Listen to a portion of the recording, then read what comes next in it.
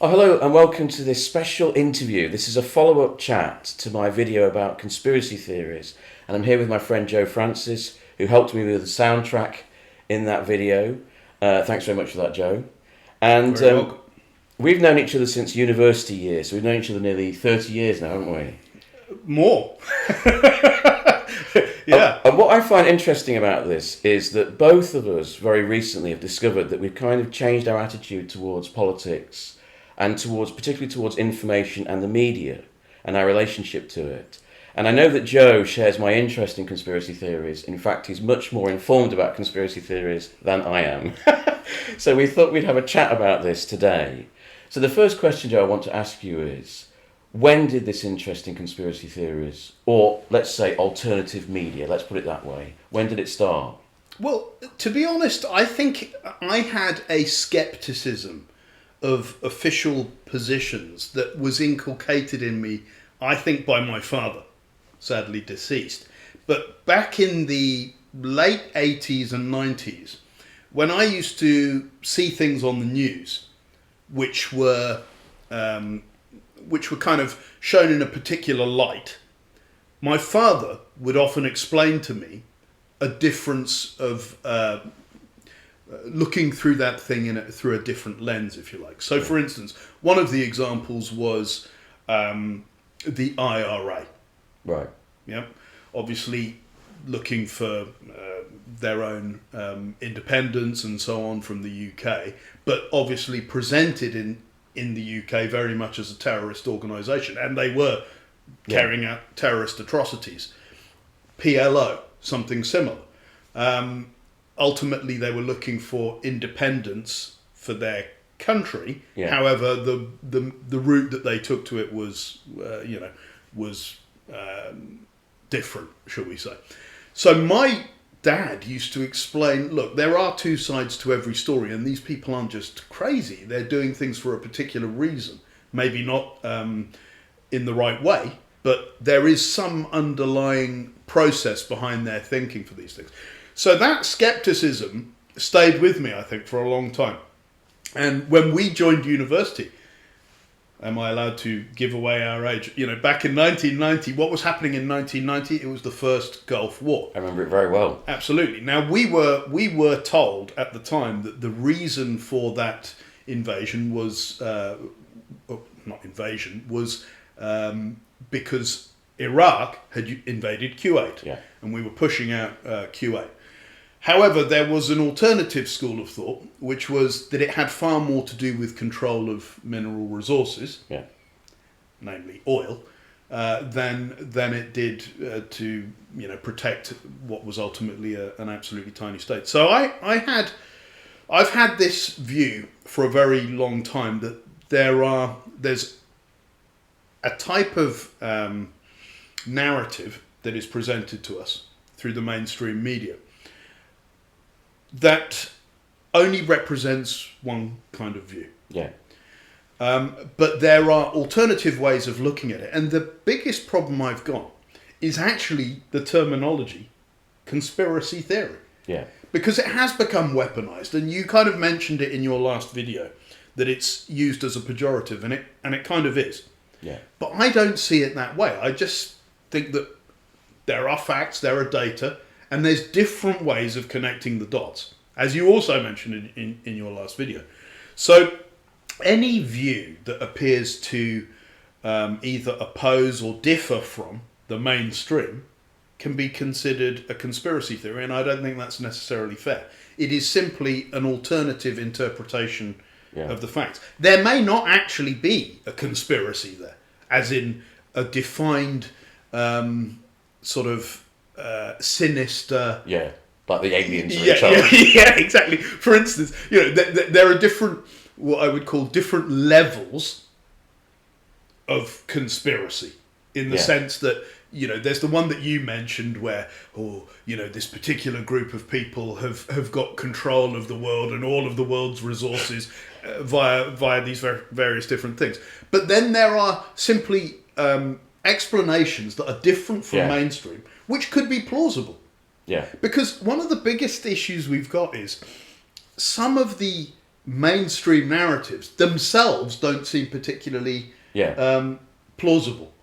Or if no one has absolutely direct information and everyone is piecing together what the story might have been from available data, quite often the official story is less plausible than some of the conspiracies. So take, for example, but you could say, fact is always stranger than fiction, isn't it? So sometimes the actual facts are going to seem more ridiculous than a conspiracy theory where you can actually massage it and make it into a believable fiction. You know what I mean? Yeah, well, that's one of the issues that many people have with the idea of conspiracy, in the sense that it's sort of self-validating. Yeah. Where they say, yes, but it's because it's secret that they do not, this evidence isn't available and things like that. So I agree with that. But nevertheless, I mean, over the last, I suppose, many people's awakenings to differences of opinion have been happening in the last 20 years. But even before that, JFK is one of the famous conspiracies. 9/11, a lot of people have questions around. COVID, a lot of people have questions around. The Osama bin Laden affair, in terms of the assassination, we never saw any direct evidence of that. We were just told various things, and we have to take it on trust that that's the case. So underlying all of this conspiratorial thinking, I think, is a distrust of institutions, the institutions that represent us. So, for instance, if we accept that our government and some of the premier people within the government lie on a regular basis, and we have evidence of that, then why is it such a leap of thinking intellectually to say that they would also lie about some of these big events as well? Yeah, I mean, the thing is, we know that governments lie, and to a certain extent they have to. We know that there's certain security information, certain sensitive information they've got to lie about. I mean, you see, that's one issue I do have with conspiracy theorists is, let's say you've got something like 9/11. Yeah. A huge moment in the security of the West, the security of America, all the rest of it. There's going to be information there that the Americans are going to keep back. They have to protect their security and the security of their people. We would expect that.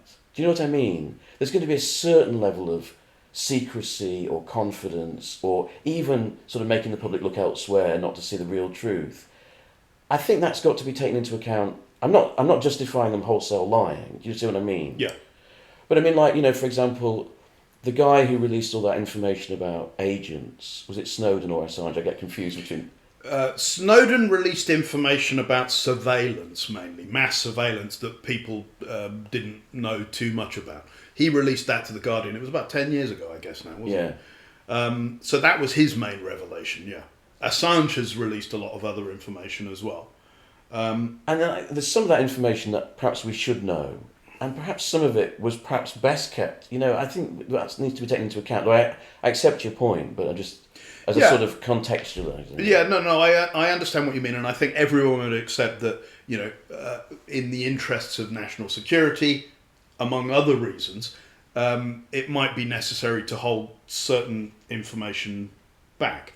But there are, taking the case of, say, 9/11, and I'm not putting my, I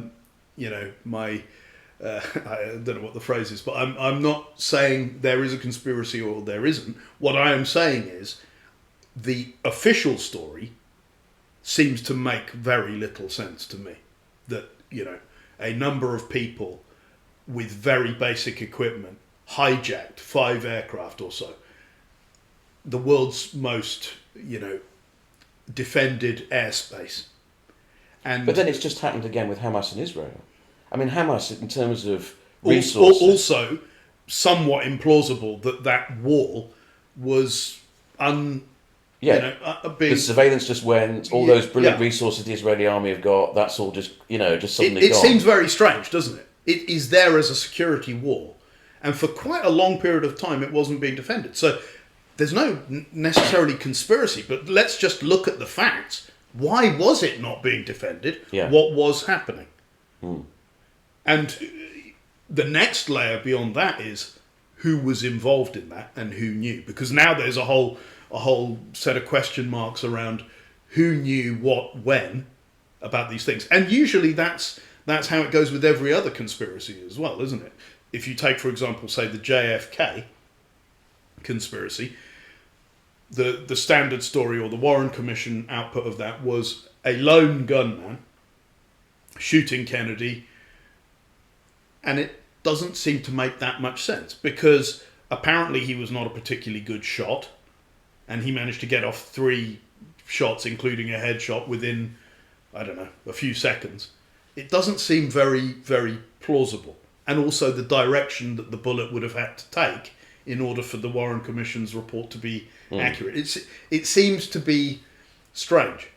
But the problem is, when you look at what the ramifications are of an adjustment to the official story, it can lead in a lot of disturbing areas. So in the case of, the JFK assassination, you could say, okay, if it wasn't a lone gunman, then where were the other gunmen? And how were they involved in this? And what was the organisation of it? Or in the case of, say, 9/11, if architects are saying that a building of that size, with that kind of support structure, cannot fall in that way unless support structures are cut. Yeah. It's a physics problem. Yeah.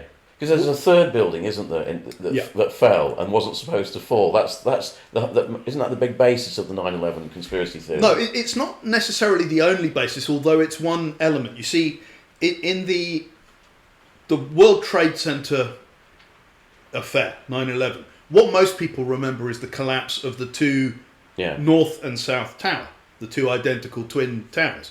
But Building 7 was an important part of that complex as well, and itself was a 42-story building. It's a huge building, and it was steel framed, concrete building, and it fell more or less at free fall speed. Okay, meaning that it wasn't sort of crumpling into itself. Something must have been cut at the bottom for it to fall at that speed. Otherwise, the top material will be resisted by the stuff underneath it. Now, that raises troubling questions, because that means the building would have had to have been, if this is true, that would mean that the building would have to be wired for demolition, right? Which means people had pre-knowledge of this thing. Now, there's an additional problem with that Building 7 story, which is the BBC reported that building to have collapsed 20 minutes before it did collapse. Right. And the reporter, it's available on some of the sort of websites. I think it's been taken off YouTube. But the reporter from the BBC, she didn't know that the building was behind her when her bit was being recorded. Building 7 could still be seen when she was reporting it that it had collapsed. And of course that raises troubling questions, because if that report had have gone to the BBC that it had collapsed, it suggests that they knew it was going to collapse and there was some miscommunication over the timing of it. But that report was going to be released. Yeah. So this is a big question mark, Building 7. It's not the... I wouldn't say it's the only dubious factor with the official story.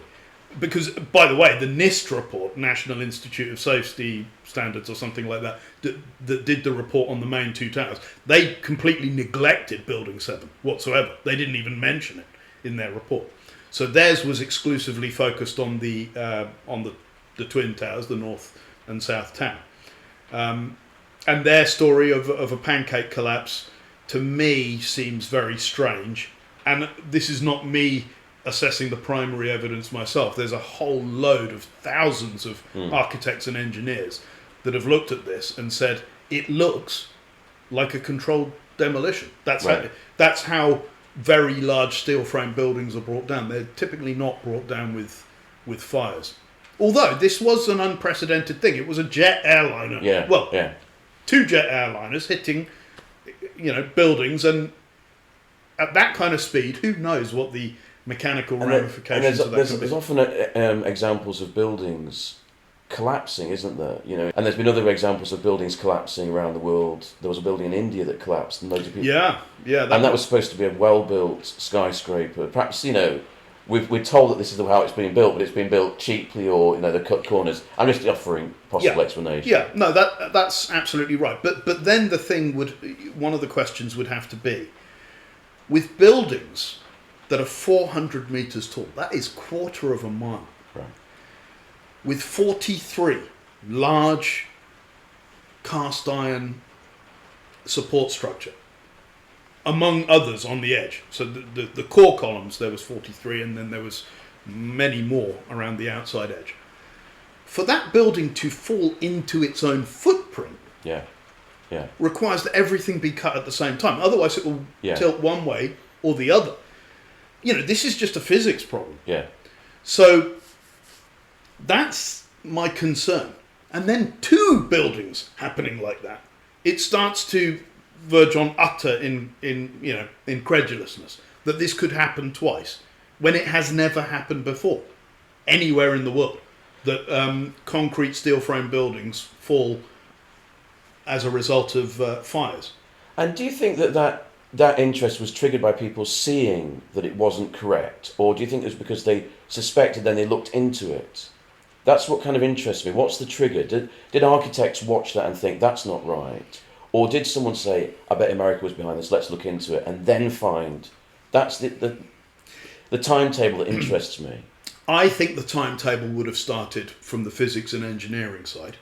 People saying, that doesn't look like the type of collapse that would happen as a result of jets hitting... Right. Because the jets, remember, hit fairly high up. Yeah, they did, yeah. Obviously. So for them to fall in the way that they fell would suggest there was, you know, damage at the base of the building. Mm. It's also corroborated by eyewitnesses who were there, like certain fire people and all that. They heard explosions lower down. So I think there was the eyewitness testimony, there was the architects and engineers' view of what they've seen as collapses, what seems reasonable, and that leads them to question what the official story actually looks like.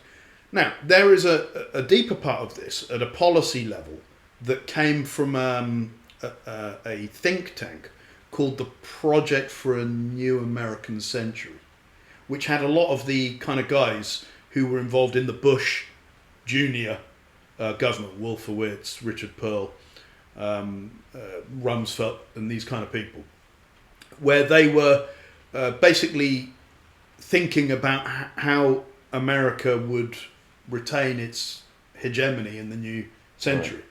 And one of the things they mention in their paper is the need to build up America's defence, as though their budgets were...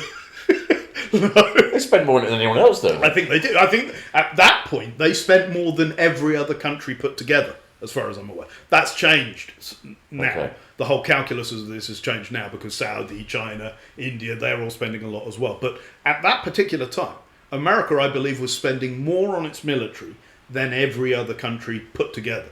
Wow. Yeah. And one of the things they were mentioning in their document, this Project for the New American Century, was the need for a catalyzing event, like a new Pearl Harbor. That was the term they used. But you see, that the thing is, right, I mean, look, I'm being a devil's advocate here. Yeah. Because I'm taking a lot of what you're saying, but let's say we're the Americans and we're this secret group and we're trying to sort of get this event together. You're going to drive two jet airlines into an international building, not an American building, but a World Trade Center. It doesn't really... That seems far-fetched to me. It does seem absolutely remarkable, and I think it seems utterly incredible, as in not credible. Yeah.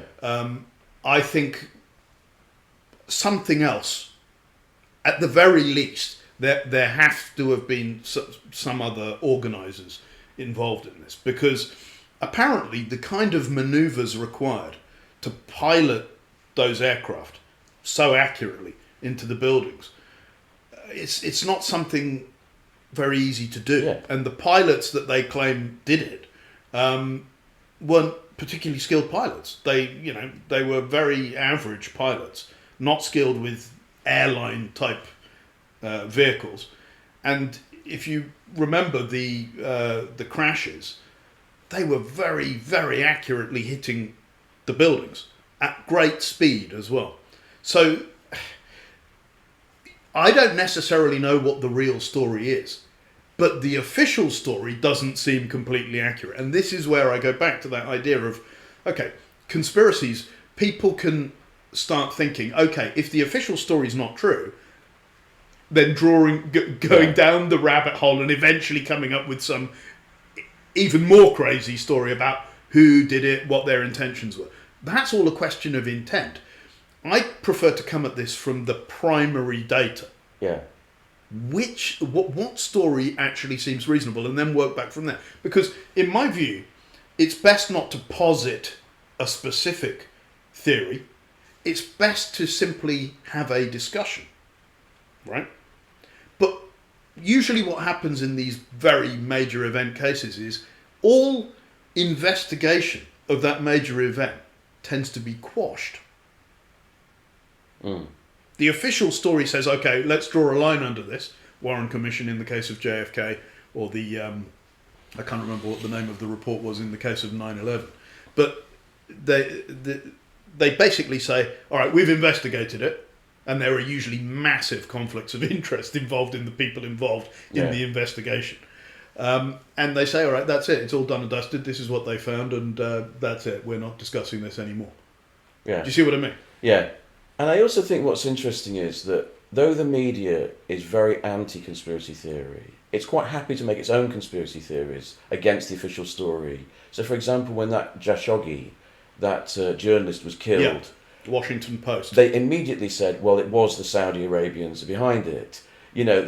So that the conspiracy, rather than the official story that the Saudis said, that they went with the conspiracy theory story, which we generally believe, I think. Yeah. And then I remember when you talked about the BBC person outside Building 7, the BBC ran a story about the George Bush election, that the count in Florida, and that went out.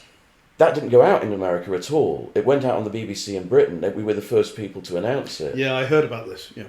So the media is quite prepared. And then all this weekend, they've been talking about, is Rishi Sunak going to sack Suella Braverman? Yeah. That's conspiracy theory. They don't know what's going on. They don't know what Rishi Sunak's thinking. Yeah. But they're telling that to the public as this is the narrative.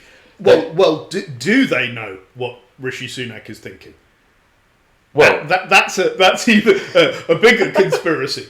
So, is it Rishi Sunak making the decision, or has he been told by some higher ups, make this happen? Well, yeah. I mean, it seems to me, having subtitled it all weekend, the media wanted Suella Braverman out. Yeah. Because she's not part of that centre-left perspective that we all have to be part of now. So she's unwanted, and they wanted to get rid of her, and they got rid of her. Yeah. That's an example of the media. That's my conspiracy theory about the media, I suppose. But then, talking about that political side of it, the best example we've had in the whole world is Liz Truss. Here's someone who's voted in democratically by her own party. She puts her policy forward, which has been voted for by her party members. And we're told by the media and by the politicians, no, we can't have this. Out she goes. The financial institutions, the Bank of England, have stepped forward and says, no, we're not having this. And the bloke who lost the election gets put in as our Prime Minister in front of the entire world. Well, this is the point, Mike. I mean, this is the real point. We have this political system of governance that we believe we go out and vote, that we have representative democracy in which the MPs that we elect are representing us in Parliament. Is that the reality? No. Is it the case that our government is acting in our interest, or are there much more powerful interests than the average citizen? The corporations, the institutions, the think tanks, universities, the large, wealthy donors, mineral resources companies, mining. Aren't they the people who are really running the show and driving policy action in their favour? This is the question. And I think when you see organisations like the World Economic Forum, that has some of the world's largest philanthropists, companies, think tanks involved with their discussions, when a group of people who ostensibly are elected by the public are having this type of discussion with others, how do we know what their influences are? Are they being influenced by us, or are they being influenced by them? Well, we know that Johnson had a dinner, didn't he, every week with property developers. Right. You know, they were brought in, you know. So he's not having a dinner every week with just ordinary members of the public. No. You know, it is true. But that's always been the case, hasn't it? I mean, you know, and governments are always going to be in hock to the people who generate their GDP and their income, get jobs, get work. I'm sort of saying there's a fine line between that, which is probably just the normal business of government, and actually a corporation having the power to tell a government, we want this and we don't want that. Whatever. Well, I think lobby power, particularly in America, has a huge amount of clout, and it sounds like a kind of pay to play scheme, in the sense that the lobbyists state their preferences, they make enormous campaign donations, and they expect something back in return for those donations. So the America-Israel lobby is considered extremely powerful, the banking lobbies, some of the oil lobby and so on, and now increasingly green energy and so on is becoming very powerful as well. So if it's not the public citizens directing policy, it does seem reasonable to assume that it would be the corporations, the think tanks, and so on. I agree with that. I think that is true. And where does that leave our democracy then? Yeah, I mean, I don't really believe in democracy anymore, because I don't think our vote really counts that much. I mean, that's my own conspiracy theory. We're not living in a democracy anymore. It's just that, I suppose, I mean, we live in a democracy, but who does that democracy represent? And this then raises questions of, okay, we used to believe that we were in a classless system, but that's not really the case, is it? There is an establishment, right? Yeah. And the thing is, I think, I remember seeing a video maybe 10 years ago or so, and it involved David Icke. Yeah. Now, David Icke, who you referred to in your last video, he is usually referred to as a kind of a figure of fun, but he's got a huge following. And many of the things I think he says are not dissimilar to what other scholarly people have said. There are people like, for instance, Carol Quigley, Professor Carol Quigley from the US, who wrote a famous book called Tragedy and Hope, and another one about the Anglo-American establishment. And another academic called Professor Anthony Sutton. He wrote many books on the involvement of Western important parties and corporations and so on with things like Nazism and funding of certain things and Bolshevism and things like that we wouldn't have necessarily expected and certainly don't know about that much. So these are some of the questions that I think people need to consider. Okay, David Icke has been kind of ridiculed, but the ideas that he mentions aren't really his zone, I don't think, on the whole. They are a synthesis of a lot of other researchers' views on certain things. He went wrong, I think, with the whole reptilian stuff. That just seems too far, And also, I think what people forget about David Icke is when he first started, he did say that he was kind of like the second coming, and he soon dropped that. Yeah. He got rid of that, That's right. He said something in that Terry Wogan thing about being a son of the Godhead or something. Yeah. That then immediately got translated to Son of God, which other people then said was the second coming of Christ, and that was the end of him as far as the papers were concerned. But he had a huge resurgence during COVID. Especially during Trafalgar COVID. Square, exactly. I mean, that was almost a rally. That was like a... You were at that one, or did you... I watched it live. Yeah, I remember, because I remember you saying that you were somewhat concerned about the kind of tone in which it was being conducted. But I'm not exaggerating. For me, that was like a Nuremberg rally. It was frightening. It felt like fascism in our time to me. And I know that You see, the problem with someone like David Icke is some of what he says is worth listening to, and then there's a lot over here that is really crap, and he's trying to blend the two.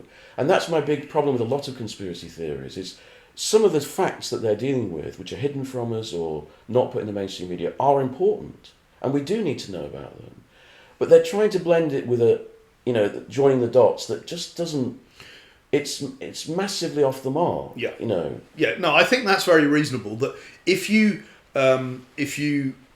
disagree with an official theory because you're concerned about the evidence, then the theory that you need to posit has to have more evidence. Exactly. But a lot of the things that are said, not just by David Icke, but others who talk about certain metaphysical things, they do not have evidence, real, solid, forensic evidence to support those positions. I mean, I don't know what you think about the term conspiracy theory. It immediately conjures up a negative association, doesn't it? Yeah, I don't like the use of language. I think it's just a way... They have weaponised it in a way, haven't they? It's just a way of knocking out any alternative, journalism or approach to what's going on. Yeah, I agree. I mean, what would be your view, for instance, on the most recent example which has polarised opinion is, I would say, the COVID response. So there are a wide range of potential conspiratorial thinking. Yeah, there's so many conspiracy theories around COVID. It's quite hard to know where to start. It is very difficult to know. But the basic idea that the world, more or less, followed the same approach to solving the problem independently. Do you think that's plausible? I don't. I think there has to have been some kind of unifying thought process that allowed everyone to implement basically lockdowns. I'm not so convinced about that, I'll be honest, because what I remember at the start of COVID was there was a complete and utter lack of knowledge about how to deal with this. Trump wanted to treat it as just a flu bug, so did Johnson really, but he had very strong scientific advisors who said no. France and Italy were dealing with it differently. There was a bit of chaos at the beginning, which I think has been forgotten, because once the first lockdown came, then it seemed that everything was the same. But I mean, look at America. The different health authorities dealt with it very differently. New York, that mayor of New York, whose name I've forgotten, he was openly criticising the way that some of the southern states were dealing with it. They had a complete... So I think we've kind of forgotten that there was a bit of a chaotic response at first. And then everyone aligned, and I assumed, this was my assumption, they followed the Chinese. Because the Chinese got it first, they followed the Chinese, which I don't think they necessarily should have done.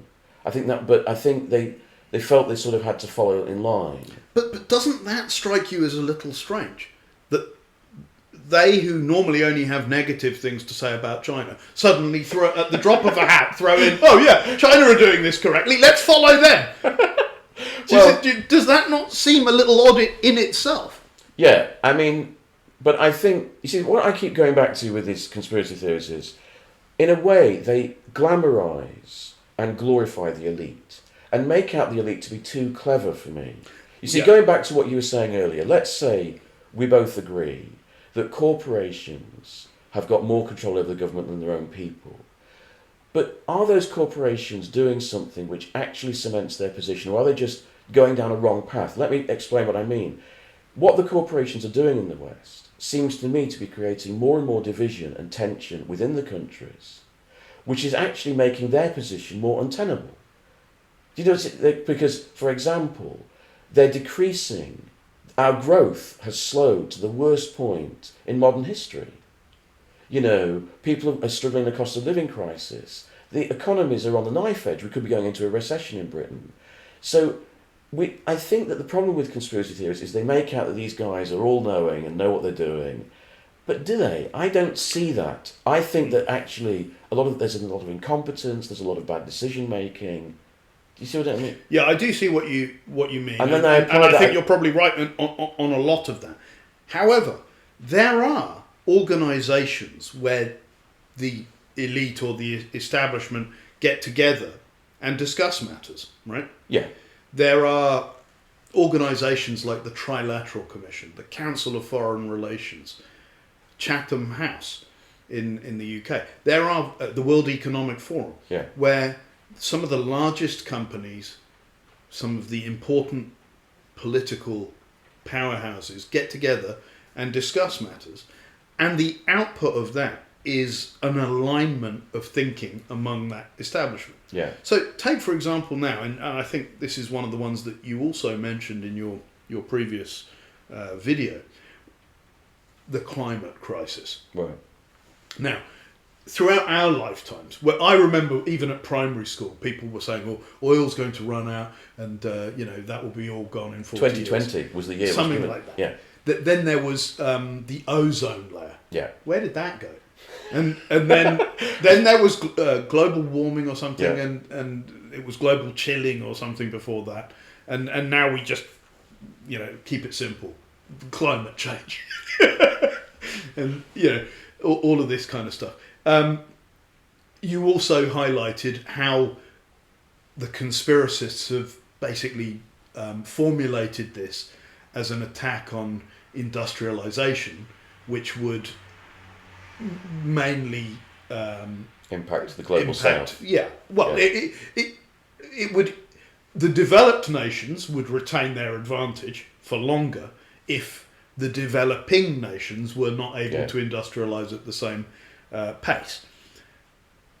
There could be some truth to that, right? Because if you think about this from an incentives perspective, I'm not saying that this particular theory is true, but just think about how, say, economics runs.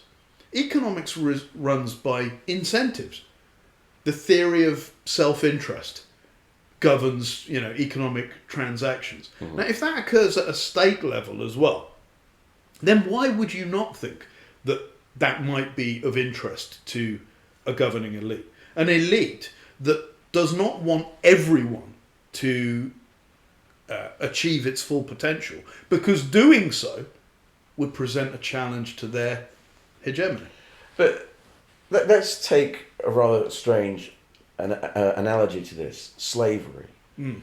Now, during the time of empire, Spain, Portugal, Britain took loads of African people on boats across to the Americas and made them slaves. Now, a lot of people say there's a racist motive, but also there's a profit motive, because you're getting labour for no money, right? Then the British do an incredible volte-face, one of the most incredible volte-face in the history, and suddenly say we can't have slavery, and they started policing it, and they started stopping everyone doing it. Now, there's two ways of looking at that. Yeah. One is, have the British had a moral change of heart? And many people believe that slavery was stopped basically because of a religious revival. Or was it economics? They thought, well, we've got our slaves, we've set it all up now, we don't want anyone else, doing this. You could read it both ways. And climate change could be similar. So that the industrialised nations had a fantastic time, they've industrialised, they've made loads of money, but suddenly they realise that they are polluting the environment to the point which is actually going to affect everybody. So they're trying to stop it now. Do you see what I mean? I do see what you mean. And my position on it, at least at the moment, is I think we can all agree pollution is bad. Yeah.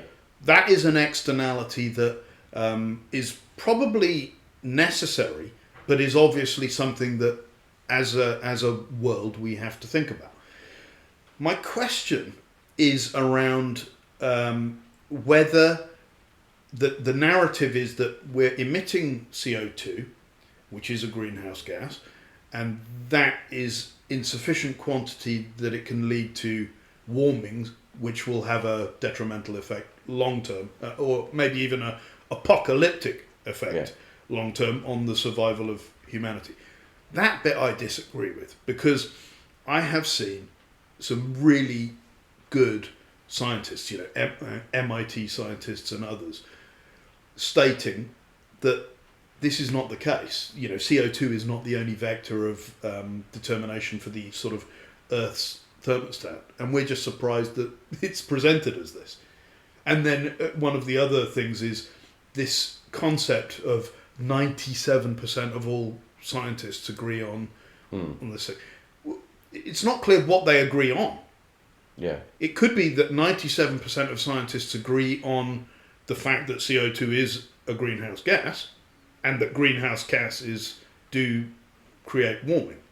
But they may not be agreeing on it being an apocalyptic thing in the near future.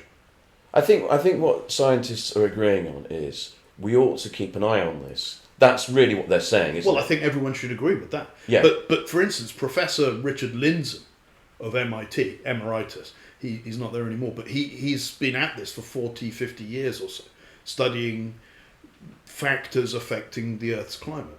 And he says this is a factor, but it's relatively trivial.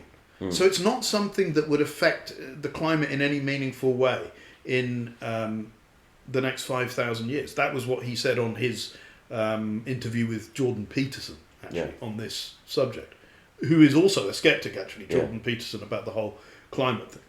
So there are dissenting views. Now, I prefer to leave it at that level, the science level, rather than what some conspiratorial, sinister thinking might be.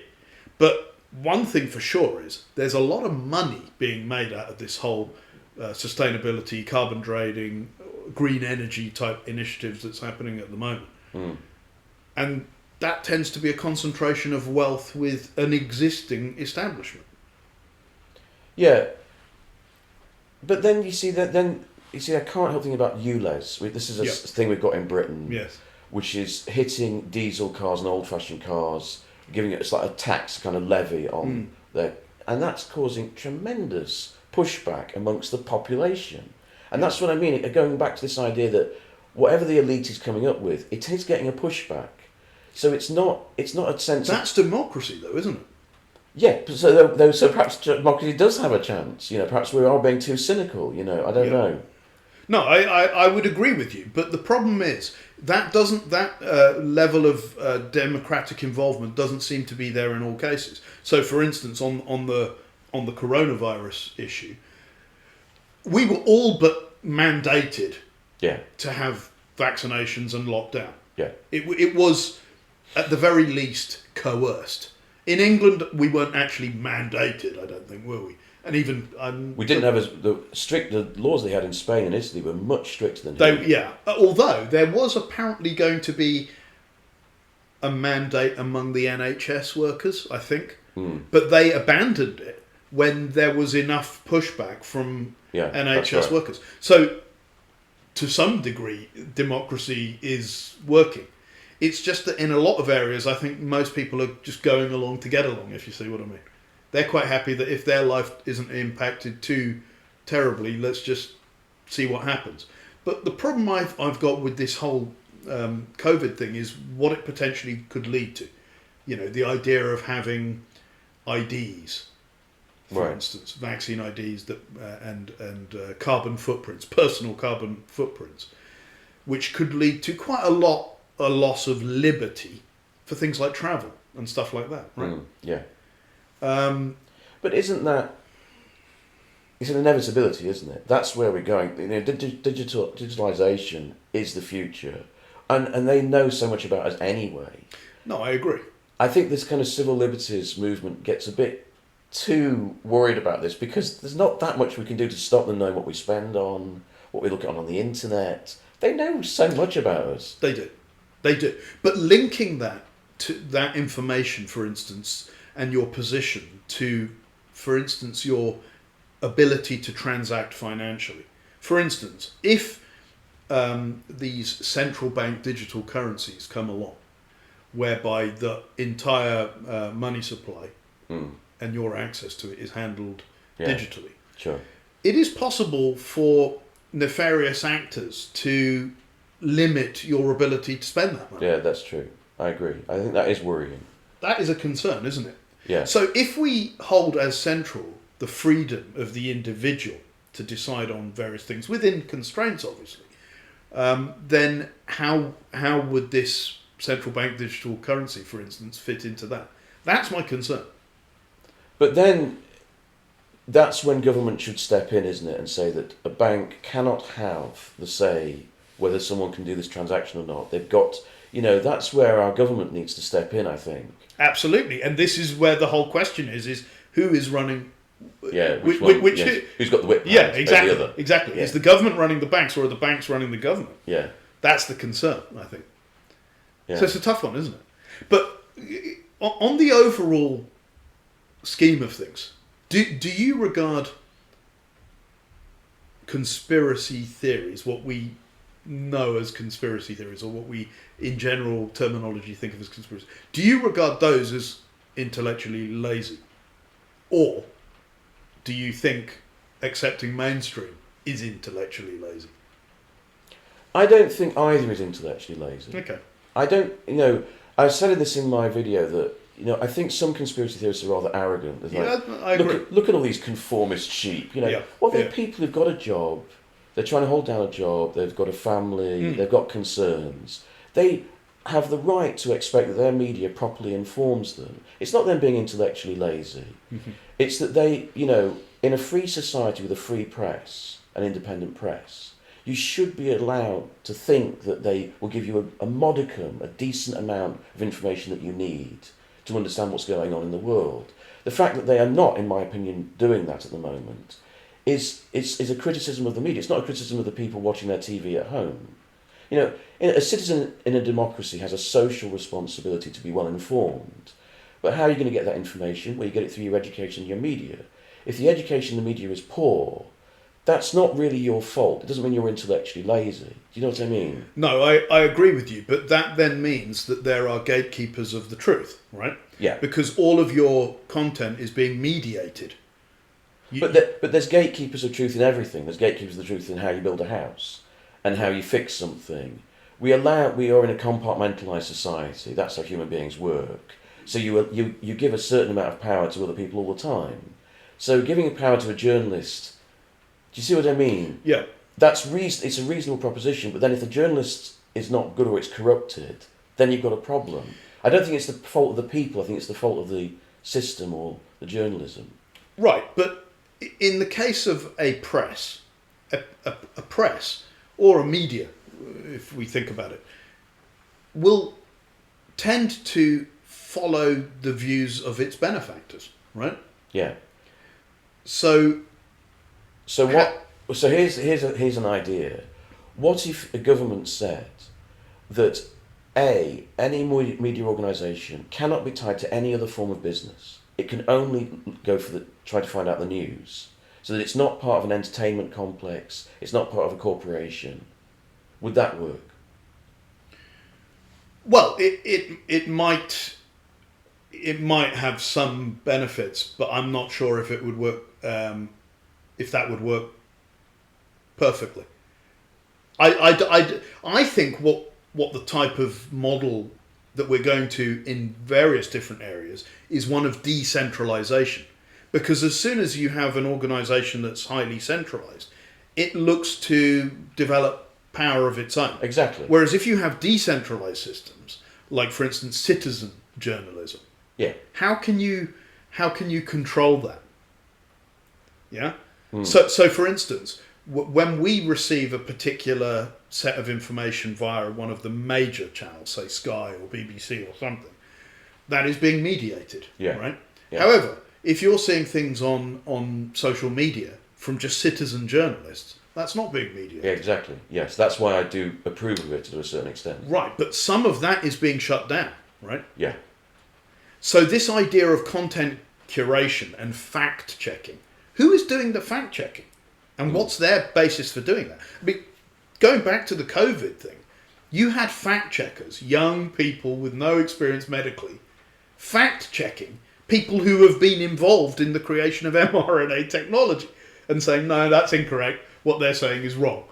Well, fact-checking is very, very hard to do because if you go on the internet, we know that a lot of Wikipedia is absolute bullshit because it's just individual people sending in their version of what the truth is. Who's going to be fact-checking that? Yeah. So fact-check, and we know now that educational authorities, schools and universities are putting out myths rather than truths in terms of history. So it's very difficult to fact-check. Which authority do you go to fact-check? Yeah. This is the problem. So that lack of trust in institutions is of concern, isn't it? Yeah. And a good example of that is I have to subtitle this news program for kids, and it was talking about the Israel conflict. Mm-hmm. And straight away it says, well, Israel was created in 1948 to sort of make up for the Holocaust. That's not true. No. It was a much more complex situation that was going on well before the Second World War even started, with Britain's mandate in Palestine, right from the League of Nations. You know, the creation of Israel is a very complex business. It is, yeah. But we're giving a very simple myth to children right from the beginning, saying this is what happened. And that's just a small example I can think of, but where the whole way, you know, there's so many things I was brought up thinking and believing, which I've since found out are not true. Yeah. And it is kind of bewildering, you know. But the thing is, we can't expect ordinary people to have to surf multiple different content sources, curate it themselves, and arrive at their own synthesis of a decision. So there has got to be some responsibility in terms of reporting, right? Yeah. But the problem with the citizen reporting is you've got one person who's going to be partial. They're going to be biased. Yeah. So how can we... Do you know what I mean? But what you're hoping is that there are many, many thousands or millions of others as well. And so a representative, you know, position can be taken by you, the viewer. But yeah, it's going to be very, very difficult to do. Yeah. The lens, for instance, through which these weekend, ding-dongs were happening in London between, you know, the pro-Palestinian marchers and the so-called far-right, you know, Tommy Robinson type crew. I mean, to me, it looked like they were trying to generate some kind of problems there. Yeah, the media is so disingenuous. It loves tension and division, and it tries to create it as much as it can, and then puts on a sort of fake, oh, isn't it awful how divided we are, which drives me to distraction. I absolutely hate it. So that gives me some idea on what your position on woke must be. You know what I think about woke. You're just being naughty. But to your viewers, I loathe it. I absolutely loathe it but what the main reason why I loathe it is because it's sold as something that it's not. It's sold as being about inclusion and bringing everyone together, and it's not. It's a divisive tactic. It's an attack on the majority in the interest of the minority. And sometimes I think it's even more sinister than that. It's a deliberate attempt to drive wedges between people. That's why I don't like it. I'm not against... In a way, that then is a conspiracy theory. I openly admit that's one of my conspiracy theories. So your basic premise is that it was devised as a means of dividing people. No. But what would be the benefit of that? No, I don't think it was devised. I think it's become that. Oh, okay. I think it's a sort of messy business that's become something that's actually working against its original principle. So, like, for example, the Me Too movement, it started as a reasonable response to something that, you know, like Harvey Weinstein was a complete bastard, and what he was doing was awful, and he should never have been allowed to get away with it. And many men have got away with that. And I suspect there are many more in that industry who are still doing it as well. So it's perfectly reasonable for women to say, look, for fuck's sake, we should have stopped this by now. And I think everyone agrees with that. But then, 3 years down the line, it's getting used to be an anti-male, you know, it's used as a way of shoehorning division in society and actually sort of punishing people. And the same happened with the Black Lives Matter. When George Floyd was killed by that guy, everyone around the world thought, that's fucking awful. Yeah. How can a policeman lean on a guy's neck for 9 minutes, I think it was? Yeah, unbelievable. And he dies. Right. Everyone around the world thinks that cannot happen. But then it gets used as a sort of anti-white sort of battering ram. 100%. And I think even on the trans issue as well, I mean, you know, this group that has identified themselves as... We've known this for years. Yeah. I remember a documentary when I was 9 years old about this subject. We know that there are people who are born with indeterminate gender and may need to turn... No one cares. You know, that's fine. Yeah. And it's absolutely right that society supports those people. But then it's used as a sort of battering ram against women's rights. But who is doing the using? Well, the thing is, you see, that's where my conspiracy theory... I don't think that it's so clean cut. I think it's a bit messy and a bit chaotic, and I think a lot of people are well-meaning and care, but they're actually unwittingly enforcing something that's actually creating more division. Yeah. Do you see what I mean? Yeah. And it's like anti-racism, I think, is a really interesting subject. To explain what I mean about this, I'll have to go into a big long story, but I'll try keep it short. I remember many years ago when my dad was still alive, He loved going to Whitehall and 10 Downing Street, and he wanted to go and see the Remembrance Day parade. So we went down there, we watched the Queen do all that stuff, lay the wreaths, and then my dad wanted to go up and see the wreaths, but the barriers were left up. We were like, what's going on? Everyone went away, the barriers were still up, there were still loads of police, and they said, oh, we've got one more thing to do. Round the corner came this group of people. They looked like shit. They looked like history had left them behind. It was the far right, so-called. Right. It was the National Front. And I didn't know this, but every year they insist on coming and paying their respects to the war dead. And the police knew this, and they said, well, we're not going to stop them. It's pointless stopping them. We don't want an incident, so we'll just wait till everyone's gone, everyone's fucked off, and you allow them to lay their wreath, and then they go away again. That, to me, was smart. Now, cut to Charlottesville in America. There's that statue. It's a Civil War statue, I think. And the right in America were upset that that statue was going to be removed, even though that was voted for by the local council. So they set up a protest with their Texan flags, their banners and all that. The anti-racist movement come in and start barracking them. I can't help feeling that if they just let that protest go ahead, which is their legal right, not many people would have cared about it, not many people were on their side, they'd have done their thing and then gone off for a burger. Yeah. And it would have all just been placid, the statue would have been taken down, on we go. That anti-racist movement is actually causing, it's making them martyrs, it's pushing them further into their belief. Do you know what I mean? Yeah. And it's creating that division publicly in society. You're waking up a dragon, you know that racism is there all the time. I sort of agree with that, it is. But most of the time, it's sleeping. It doesn't really affect anyone's life unless you kick it back into life again. Do you know what I mean? Yeah. I think I know what you mean, and I think the whole issue of identity politics is, where does it end? How far do you have to go down with this identity politics to keep every faction satisfied? Yeah. That's the problem. It's never going to happen. No, it isn't. It's never going to happen. And that's so how should that be addressed as a society then? It's very difficult. Yeah. I think that it was easier when we were younger, but then you did have marginalised groups as well, didn't you? Well, the thing is, what I'm thinking is, you'll remember this as well, in the early 80s there were race riots, Brixton and Toxteth. Yeah. I mean, it really took off. And my feeling is, I know I'm a white guy, but since then, Britain has done quite a lot to try and make that better, to have more integration, better employment laws, better reaction to the police, to communities. And then since Black Lives Matter, it's all gone backwards. We've gone back to the racial tension we had in the early 80s, it seems to me. It certainly hasn't made things better, has it? No, it's made things a lot worse.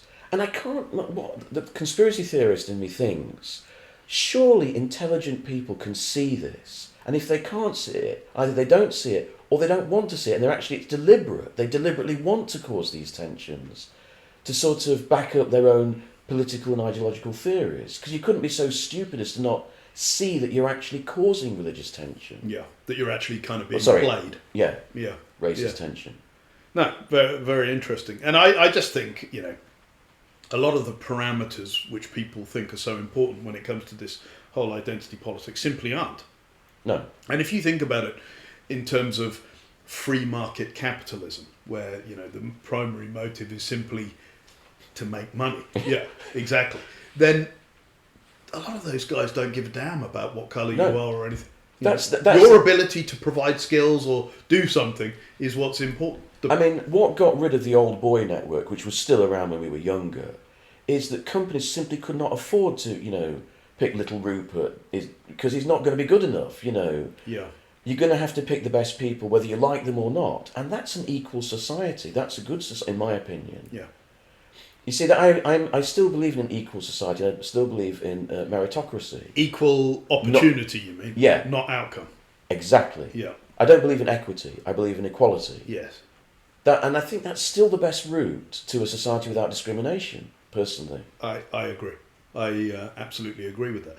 And I think then that sort of leads on to, okay, with that as the sort of backdrop, what are the kind of governance systems or government systems that would support that kind of activity.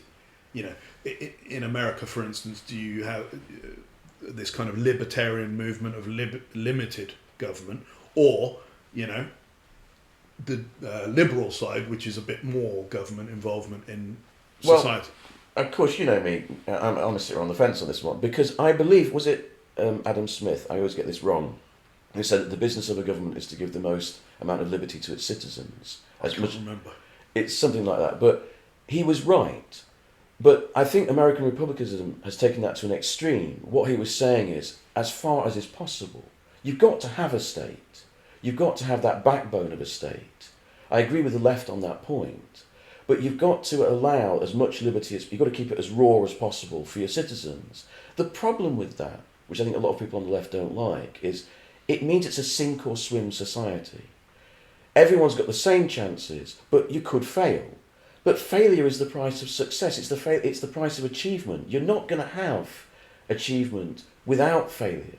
Do you know what I mean? You can't have everyone coming out the same. You can't have everyone having the same. It doesn't work. We've seen this manifestly in the societies in the 20th century that tried to do it. It just didn't work. And you still ended up with a massively powerful small base, you know, in the Kremlin or wherever. Of course. You know. Well, this is the thing. But, okay, so that's definitely true in the case of the pretty much failed communism experiments. But in the case of, say, free market capitalism, or so-called free market capitalism, which quite often is disguising crony capitalism and other things like that, then you have a huge concentration of wealth with a very small minority of people. And that is also not healthy for society as well. So how can we fix things like that? Yeah, I mean, I have this ongoing argument with a guy who's much more right-wing than I am. And he says, well, capitalism's the best system because your worker can choose who they work for. Yeah, but in most industries, in most sectors, you end up getting four or five really big companies who align their payment structures and all their strategies. So it doesn't really matter whether you're working for that one or that one. You're still in the same shit, really. Yeah. And then they guide the system so that they sort of police themselves. You know, so water companies police their own sewage, chucking sewage into the system. So you're not really actually getting any difference. That's the problem with free market capitalism to an extreme. It doesn't give you variety. It gets rid of all the little companies that offer you variety. And it just becomes a sort of monolithic... Yeah. I mean, if you think about, take for example, say, the processed food business, PepsiCo and Coke own so many of those other companies, don't they? Yeah. So it's almost a duopoly in that kind of space. And that comes with it market strength and the ability to distort what would otherwise be free market capitalism. So, I don't know. Very interesting. And you've got the sort of beloved enemy scenario, haven't you, where... If there's a duopoly, there's two big companies, it's in their interest to try and get together and work out... collusion. Yeah. Yeah. So it's like the old Cold War thing that, America and Russia actually sort of benefited from being in Cold War. They need an enemy. Yeah. For the military-industrial complex and so on. Yeah. The beloved enemy, yeah. Exactly. That's very, very, very interesting. And I think one of the things I'd like to know is who are the people you go to inform your thinking on this kind of matter? I mean, for me, I'll put my cards on the table. I'm quite interested in people like James Corbett, who has a kind of... he's been at this for quite a while, I think, over 15, 17 years or so. CorbettReport.com, James Corbett. His idea is a thing called open source journalism, where all of the material, all of the things that are informing his thinking are referenced from public sources. Yeah. So there's no, anonymous whistleblower or anything like that. It's all published sources that he uses for the information that he provides. That seems to me very, very credible. He's done a lot of documentaries. And there are some other new guys coming up, like Ian Davis, who's been at this for a few years, in this together. He became kind of popular during the COVID situation, but he had been doing some work before that as well. These are some of the people that I've been thinking about. And on the government side of things, Murray Rothbard, quite interesting with some of his ideas on libertarianism and voluntarism and things like that. Who are the kind of people that you I'm not so deep dish. I'm not actually. Find myself. I've found more just common sense ideas about it from George Orwell. Reading George Orwell's essays, because actually, when you go back to read his essays, he's got everything. Yeah. In the 1940s, he saw everything that was coming, and he writes about it brilliantly. How? How did he know these things then? Because some of the conspiracists would say he was part of the secret societies that have all this stuff written out, and that's why he knew. But I mean, I just reading his essays recently, I thought, Jesus, this is exactly what I think, and it's all brilliantly articulated. That's why I think sometimes it's good to go back into history, because some of the intelligent operators in history, they might not know what we're going through right now, but the structures of politics, the structures of hierarchy, they see it really well, and they can articulate it for you really well.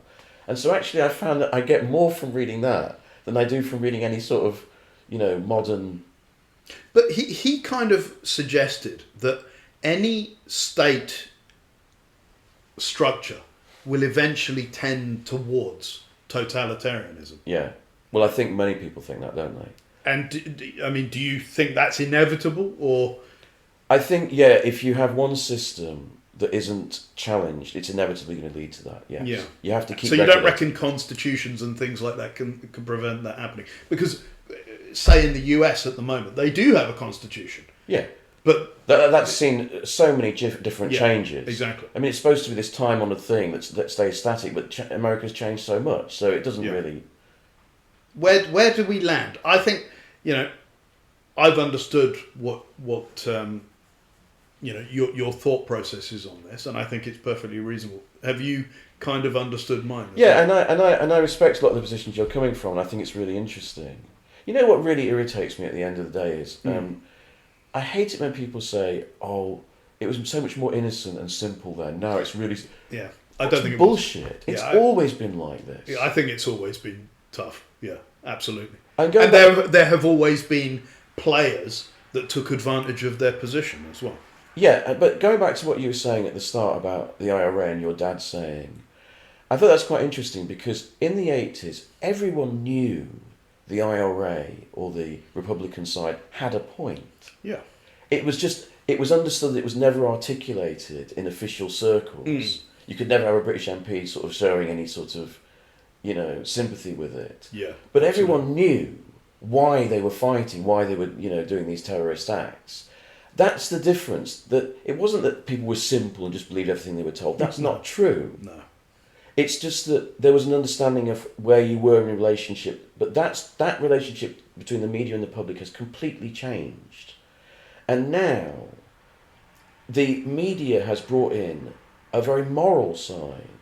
It's not just saying this is the news and this is what's going on. It's saying you should believe this, or otherwise you're other. That's the difference. It's not a greater sophistication or intelligence. In fact, I think we've declined in this country in terms of debate and intelligence and discussion. It's that change of relationship where the media has almost assumed a position not just of authority in terms of information, but authority in terms of morality. Yeah.